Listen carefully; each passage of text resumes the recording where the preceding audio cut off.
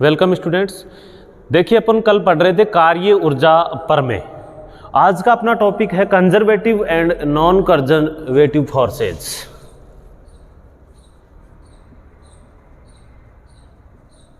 Conservative and non conservative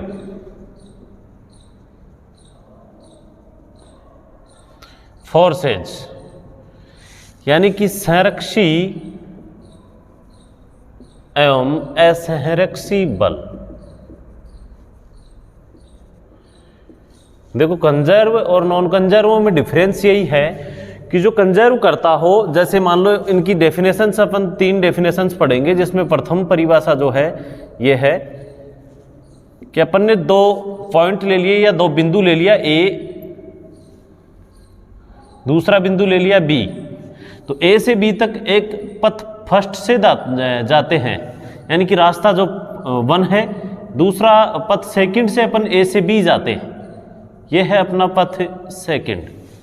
तो ए से B तक जाने में जो किया गया टोटल वर्क है, टोटल वर्क अगर इक्वल हो, यानी कि प्रारंभिक और अंतिम स्थिति के ऊपर डिपेंड करे, दोनों पथों के ऊपर डिपेंड नहीं करे, यानी कि आप ए से बी पथ फर्स्ट से जाओ या फिर ए से बी पथ सेकंड से जाओ, दोनों की वैल्यू इक्वल हो तो उसे तो कहते हैं कंजर्वेटिव। लिखोगे कि संरक्षी बल वह बल है, पहले संरक्षी की डेफिनेशन है, संरक्षी बल वह बल है, वो डायग्राम बनाने के बाद वह बल है जिसके द्वारा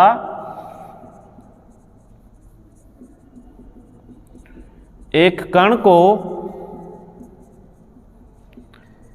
एक बिंदु ए लिख देना कोष्टक में, एक बिंदु से दूसरे बिंदु के कोष्टक में बी लिख देना, बिंदु तक विस्थापित करने में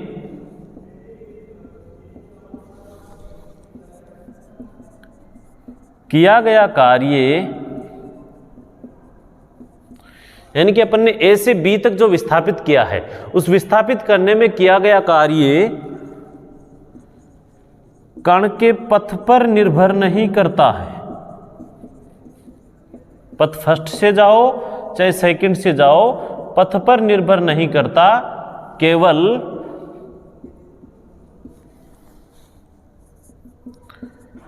प्रारंभिक एवं अंतिम स्थितियों पर निर्भर करता है। यानी कि ए और बी की स्थिति कहां है, पोजीशंस कहां है इनकी, उसके ऊपर डिपेंड करता है, केवल पथ पर निर्भर नहीं करता है। अर्थात अपन ने जो एफ डॉट डी एक्स है अपना work, F dot D X A से बी तक, जो किसके लिए है, पथ फर्स्ट के लिए जो है वो इक्वल है ए से बी तक एफ डॉट डी एक्स का मान पथ सेकंड के लिए जो है, इन दोनों की जो वैल्यू है वो क्या होनी चाहिए, इक्वल होनी चाहिए। या लिखोगे कि W जो है वो ए बी फर्स्ट इक्वल है W ए बी सेकंड के बराबर, इसे कहते हैं कंजर्वेटिव। फिर देखिए असंरक्षी है, असंरक्षी बल वह बल है, इसी के आगे लिखोगे जिसके द्वारा एक कण को एक बिंदु से दूसरे बिंदु तक विस्थापित करने में किया गया कार्य पथ पर निर्भर करता है, पथ पर निर्भर करता है, वो असंरक्षी की लिखोगे, पथ पर निर्भर करता है। अर्थात ए से बी तक पथ फर्स्ट से जाओगे तो जो वर्क है आपका W ए बी फर्स्ट, वो बराबर नहीं होगा W ए बी सेकंड के लिए, यानी कि F dot D X is not equal to A से B F dot D X, that is जो ए बी फर्स्ट का है, यह पथ फर्स्ट है और ये पथ सेकंड है, क्योंकि दोनों पथ अलग अलग हैं, इसलिए पथ के ऊपर डिपेंडेंसी है, इसलिए इक्वल नहीं होंगे। इक्वल नहीं होंगे वो किसकी डेफिनेशन है, नॉन कंजर्वेटिव की। फिर देखिए इनकी सेकंड डेफिनेशन देखते हैं। एक टोटल राउंड में द्वितीय जो डेफिनेशन है इसकी वो है कि बिंदु ए से बिंदु बी तक विस्थापित किया है एक बिंदु, तो अपन ए से बी गए, कोई भी पथ बना सकते हो। फिर अपन ने बी से ए पर वापस आए, ए से बी और बी से ए, या इसे पूर्ण चक्कर भी लिख सकते हो। पूर्ण चक्र है ये, ए से बी और फिर बी से वापस आ गए ए पर, यानी कि डब्लू फर्स्ट और डब्लू सेकंड कह दो इनको। पथ फर्स्ट और पथ सेकंड कहने के बजाय इसको डब्लू फर्स्ट कह सकते हो और इसको डब्लू सेकंड भी कह सकते हो। यदि बल को किसी कण पर लगाने पर, डेफिनेशन क्या होगी, यदि बल को किसी कण पर लगाने पर एक पूर्ण चक्कर में, यानी कि टोटल राउंड है, एक पूर्ण चक्कर में बल द्वारा किया गया कार्य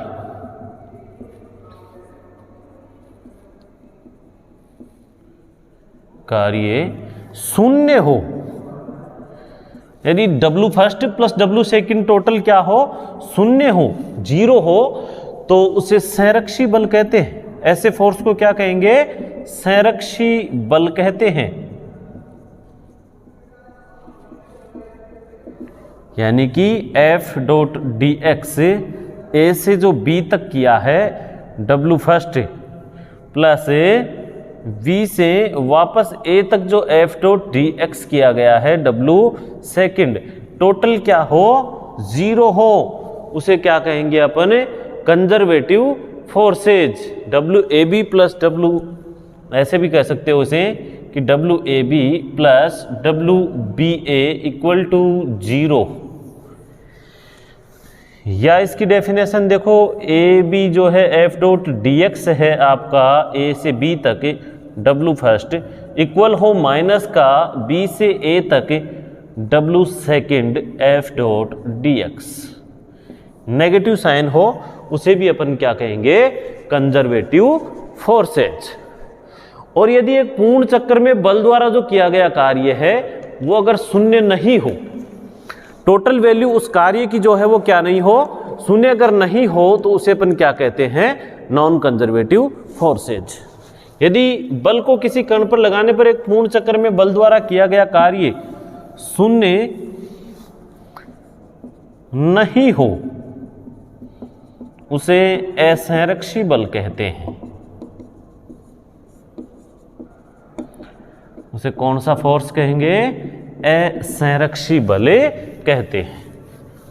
उसकी क्या लिखोगे वैल्यूज न्यूमेरिकल के रूप में, F डॉट जो dx है A से B तक प्लस F डॉट dx जो है B से A तक, ये W फर्स्ट के लिए, ये W सेकंड के लिए जो है वो इक्वल जीरो नहीं हो, यानी कि WAB first plus WAB second is not equal to zero. पूर्ण चक्र में किया गया कार्य जीरो नहीं हो, उसे क्या कहेंगे अपन, असंरक्षी बल। फिर देखिए, यदि किसी कण पर बल लगाने पर एक पूर्ण चक्कर पूरा करने पर गतिज ऊर्जा उतनी ही हो जितनी उसकी प्रारंभ में थी। पूरा चक्कर राउंड लगा लिया और उसके ऊपर बल लगाने पर उसकी काइनेटिक एनर्जी उतनी हो जिसकी उसकी प्रारंभ में थी, उसे कहेंगे अपन संरक्षी बल। थर्ड डेफिनेशन है, थर्ड लिखोगे,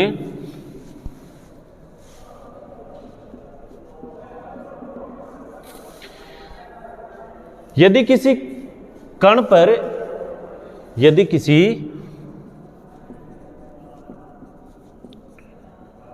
कण पर बल लगाने पर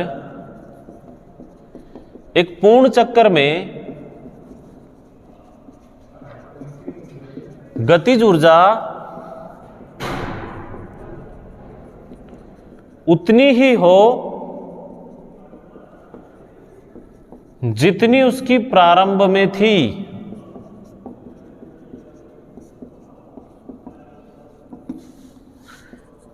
उसे संरक्षी बल कहते हैं।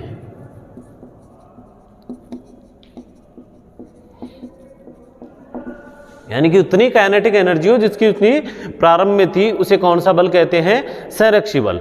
और सेकंड है कि यदि कण के द्वारा पूर्ण चक्र पूरा करने पर गतिज ऊर्जा में परिवर्तन होता है, यदि कण के द्वारा पूर्ण चक्र पूरा करने पर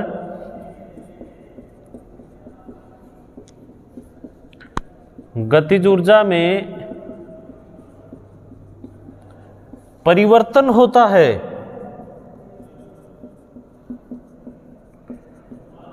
तो उसे असंरक्षी बल कहते हैं। काइनेटिक एनर्जी में डिफरेंस अगर होता हो, परिवर्तन अगर होता हो, तो उसे असंरक्षी, और अगर कोई परिवर्तन नहीं होता है तो उसे क्या कहते हैं? संरक्षी बल कहते हैं। तो ये अपने चैप्टर फर्स्ट के अंदर टोटल पढ़ रहे थे, conservative, non conservative, Galilean, Lorentz, ये सारे जो चैप्टर सेकंड के अंदर आज अपन पढ़ेंगे। चैप्टर सेकंड का नाम है अपना सेंटर ऑफ मास।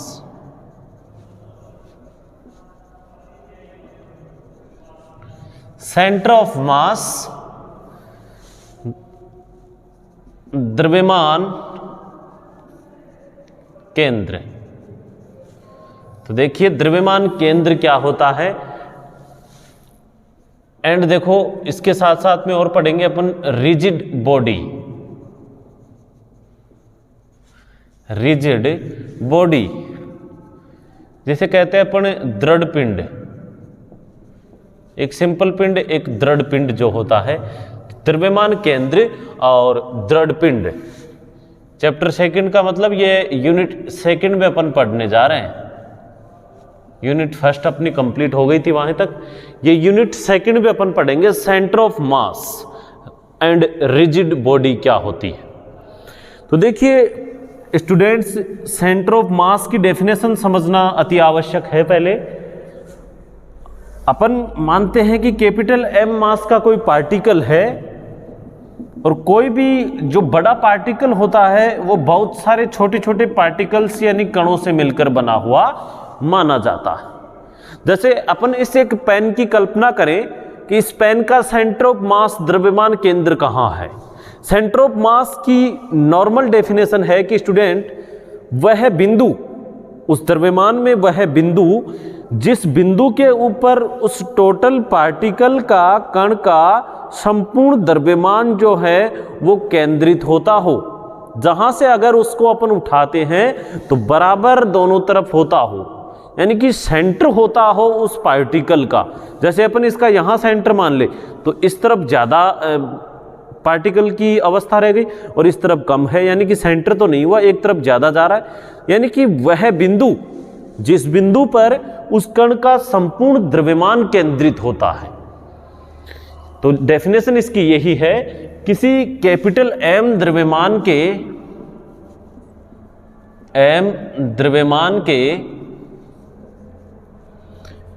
कण का, या कण के अंदर कैपिटल एम द्रव्यमान के पिंड में वह बिंदु, पिंड मानते हैं इसे, कण छोटे छोटे हो गए, पिंड में वह बिंदु, समझ रहे हो मेरी बात को, वह बिंदु कौन सा, जिस बिंदु के ऊपर उस पार्टिकल का, यानी कि जहां उस पिंड का संपूर्ण द्रव्यमान केंद्रित होता है, वह बिंदु जहां उस पिंड का संपूर्ण द्रव्यमान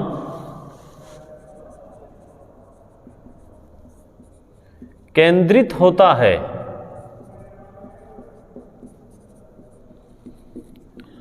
उस बिंदु को द्रव्यमान केंद्र कहते हैं। यानी कि जो बिंदु है उस पार्टिकल के अंदर, उस बिंदु को क्या कहते हैं? द्रव्यमान केंद्र कहते हैं। अब अपन द्रव्यमान केंद्र की जो व्याख्या है वो एक निर्देश तंत्र के लिए करेंगे, यानी कि निर्देश तंत्र के अंदर कैपिटल एम मास का पार्टिकल लेंगे, एक्स वाई और जेड एक कार्टेशियन कोऑर्डिनेट या एस निर्देश तंत्र है और उसके अंदर अपन कैपिटल एम द्रव्यमान का एक कण लेते हैं और उसके अंदर एक आईवा कण लेते हैं। कौन सा कण है? आईवा कण, जिसको P से डिनोट कर दो आप, और मूल बिंदु O से उस आईवे कण का स्थिति सदिश जो है उसको डिनोट कर दो R I वेक्टर से। ओके, आईवा कण लेते हैं जिस आईवे कण को अपन कह देते हैं P, कि मान लो ये हो सकता है इसका सेंटर ऑफ मास। फिर उसके बाद में देखो एक दूसरा बिंदु है कि ये सेंटर ऑफ मास है इसका, जिसको C से डिनोट करते हैं, और उस सेंटर ऑफ मास जिसको C से डिनोट किया है उसका अनुदिश जो एकांक सदिश तो मान लेंगे अपन, मान लो, लेकिन उसका स्थिति सदिश कैपिटल R C, वो C के लिए सेंटर ऑफ मास मान लो उसका क्या है? C है। और टोटल मास पार्टिकल में एक आईवा कण ले लिया, उसका अनुदिश स्थिति सदिश क्या है? R I वेक्टर है। और C से I की ओर, इस C से I वे कण की ओर जो स्थिति सदिश है उसे क्या कहोगे? R C I vector, C से I की ओर। तो अपन इसकी थ्योरी क्या लिखोगे? माना एक S निर्देश तंत्र है,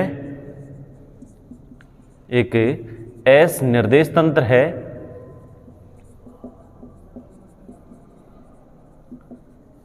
जिसमें एक पिंड जिसका द्रव्यमान कैपिटल M है, जिसमें एक पिंड जिसका द्रव्यमान कैपिटल M है, कोष्टक में लिख दो, जिसमें एक पिंड लेते हैं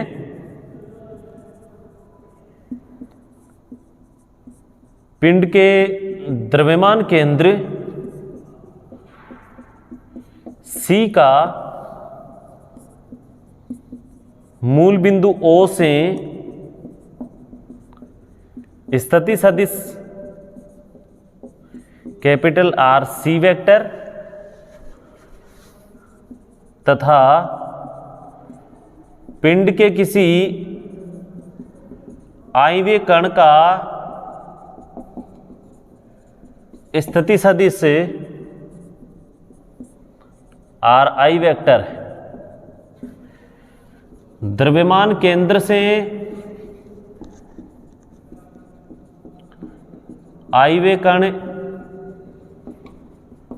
का स्थिति सदिश R C I वेक्टर है।